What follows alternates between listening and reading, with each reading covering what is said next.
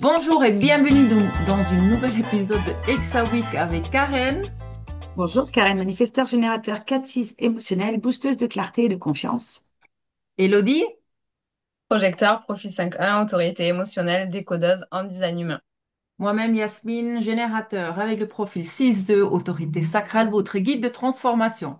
On se revoit aujourd'hui avec une nouvelle porte, la porte 40. On va vous donner quelques explications techniques en astrologie, human design et Gene Keys reliées à cette porte-là. On aura une discussion sur la porte en pratique et à la fin, on vous donnera quelques questions pour contempler. Commencer avec l'astrologie, on est dans le signe de la Vierge qui est activé du 23 août au 22 septembre. Un élément terre, modalité c'est mutable. La planète maîtresse c'est Mercure. Le slogan pourrait être je cherche à comprendre pour mieux avancer ou je suis né pour clarifier, structurer et servir ce qui a du sens. Elle a besoin de comprendre avant d'agir. Tout passe par l'analyse, la logique et la clarté.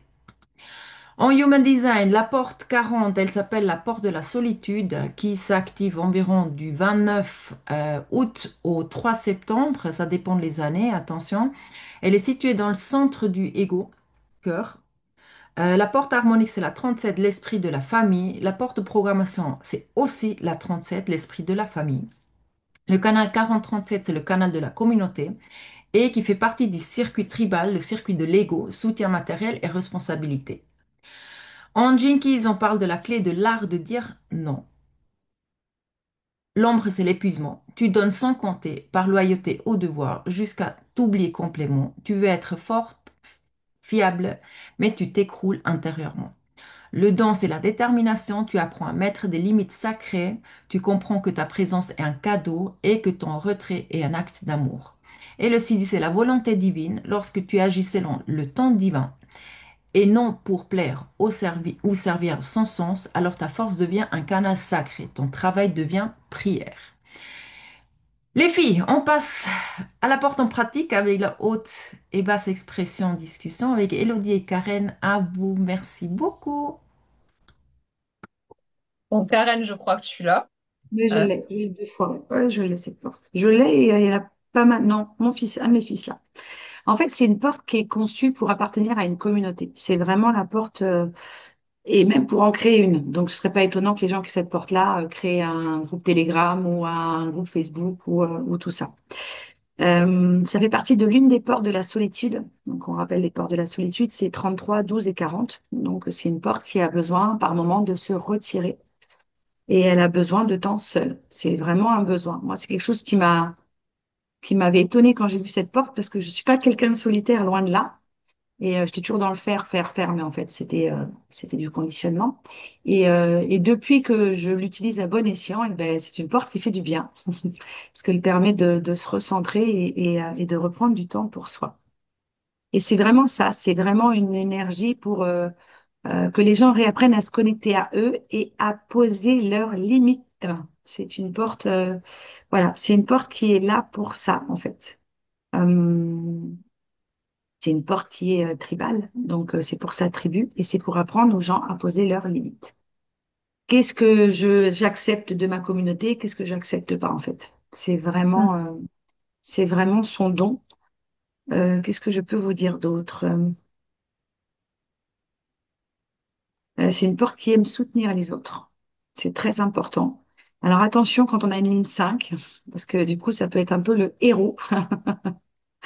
Donc attention à ça, parce que après, on peut rentrer dans le côté sacrifice. Donc, c'est pas le but de cette porte, hein. C'est aussi une porte qui a beaucoup d'amour de travail. Et alors, c'est marrant parce que c'est une porte d'un côté de la solitude et d'un autre côté, alors dans ses travers, c'est une porte, et c'est mon cas à moi, puisque moi, j'ai le sacral défini. Et j'ai pas l'ego défini. Et donc, quand je me mets à travailler, je peux travailler pendant des heures sans m'en rendre compte. Alors, j'ai d'autres portes dans mon Human Design qui donnent ça. Mais c'est vraiment, voilà, on peut oublier de manger, quoi, avec cette porte. On peut vraiment travailler et oublier de manger.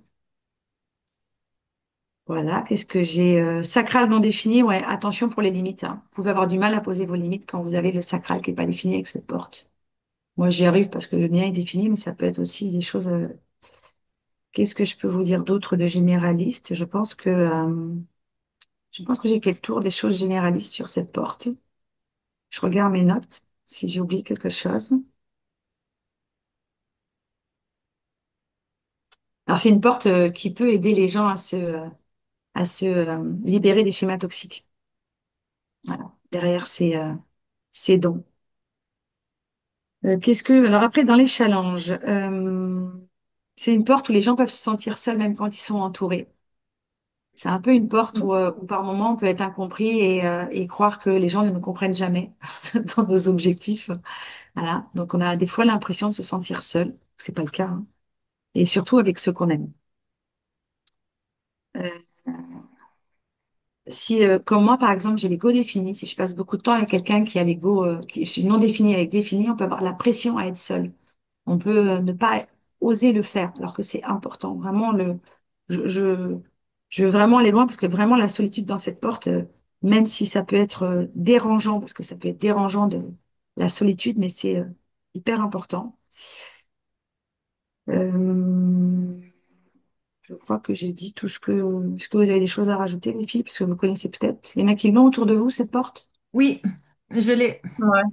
dans ma Vénus Toi aussi? inconsciente. Oui, Mais pourquoi tu l'as pas dit que tu l'avais oui, ou que tu parce que l'avais pas? j'ai dû. En fait, tu as commencé à parler et c'est là où je suis allée. J'ai dit, oh non, mais je l'ai, mais en inconscient. C'est dans ma Vénus inconsciente que je l'ai. Et t'as pile poil trouvé tout ce qu'il fallait dire pour cette porte parce que c'est vraiment cette solitude-là. Moi, je pensais aussi, c'était par rapport à mon profil 6-2, donc la ligne 2 qui aime bien se retirer, mais cette 40, elle fait. Et je l'ai aussi dans un centre non défini.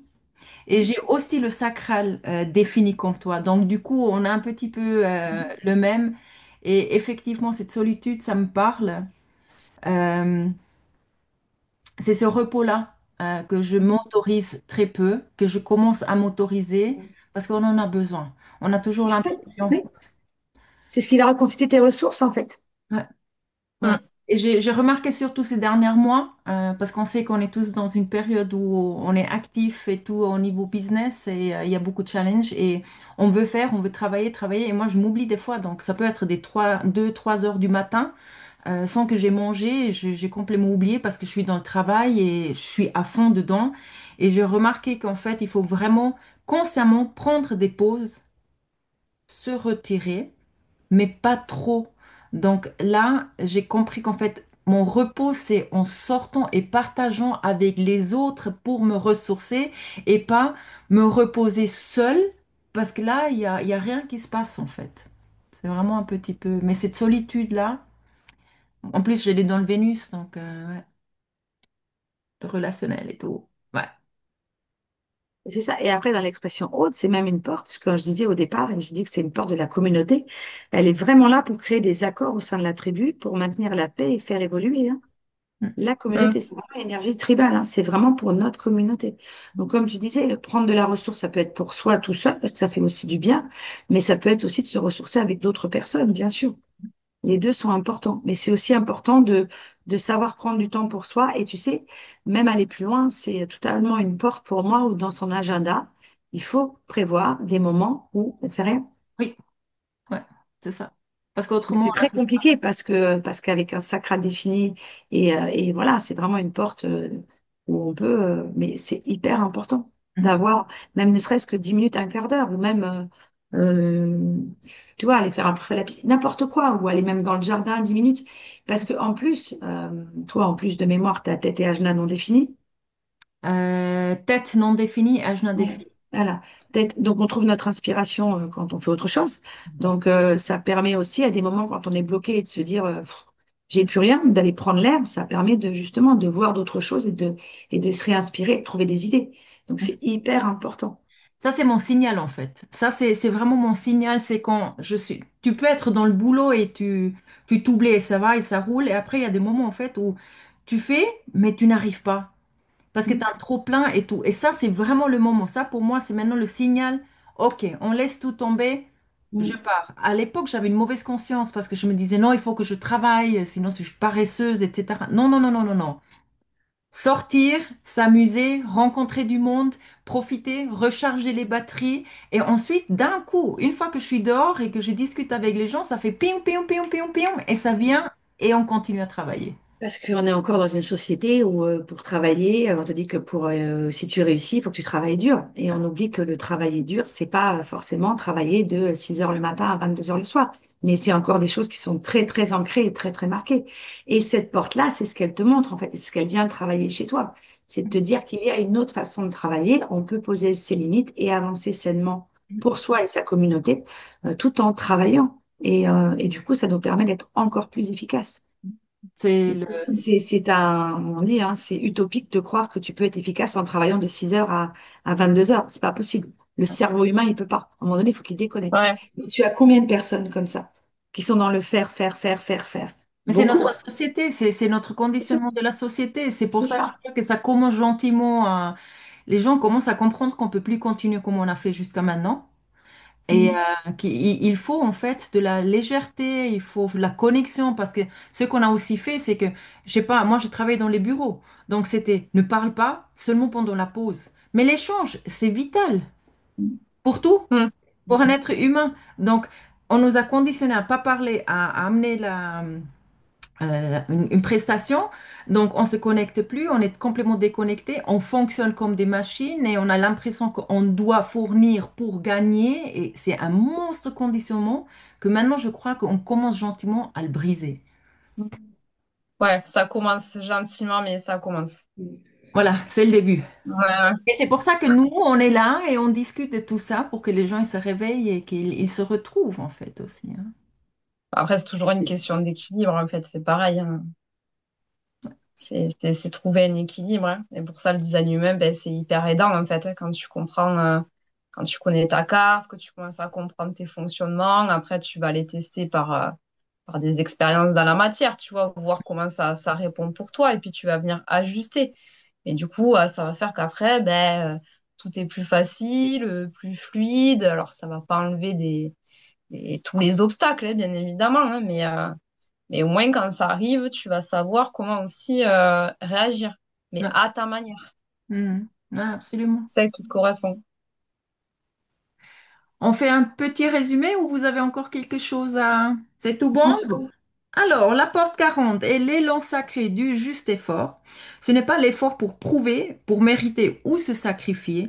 C'est un don de soi libre et choisi qui naît du cœur et non de l'obligation. Elle nous enseigne que la vraie vie, repos, le vrai repos ne vient pas d'un arrêt, mais d'un équilibre entre donner et se retirer, entre contribution et solitude. Dire non devient aussi sacré que dire oui, car l'amour véritable respecte ses limites et se donne sans se trahir. Passons à la contemplation. On vous a préparé quelques questions. Quand est-ce que je me sens obligée de dire oui alors que je suis épuisée? Est-ce que je connais mes limites sacrées dans les relations? Quelle est ma relation à la solitude? Est-elle choisie ou subie? Et est-ce que je travaille pour être vue, reconnue ou aimée? Voilà quelques question que vous pouvez contempler d'ici quelques jours, qu'on va se revoir avec la porte 64. Si vous vous êtes pas encore abonné, faites-le maintenant. Ça nous aiderait énormément. Merci beaucoup. Likez et je vous remercie beaucoup les filles Karen et Elodie. On se voit d'ici quelques jours. Au revoir. Merci, Merci. ciao, ciao. Ciao. Ciao.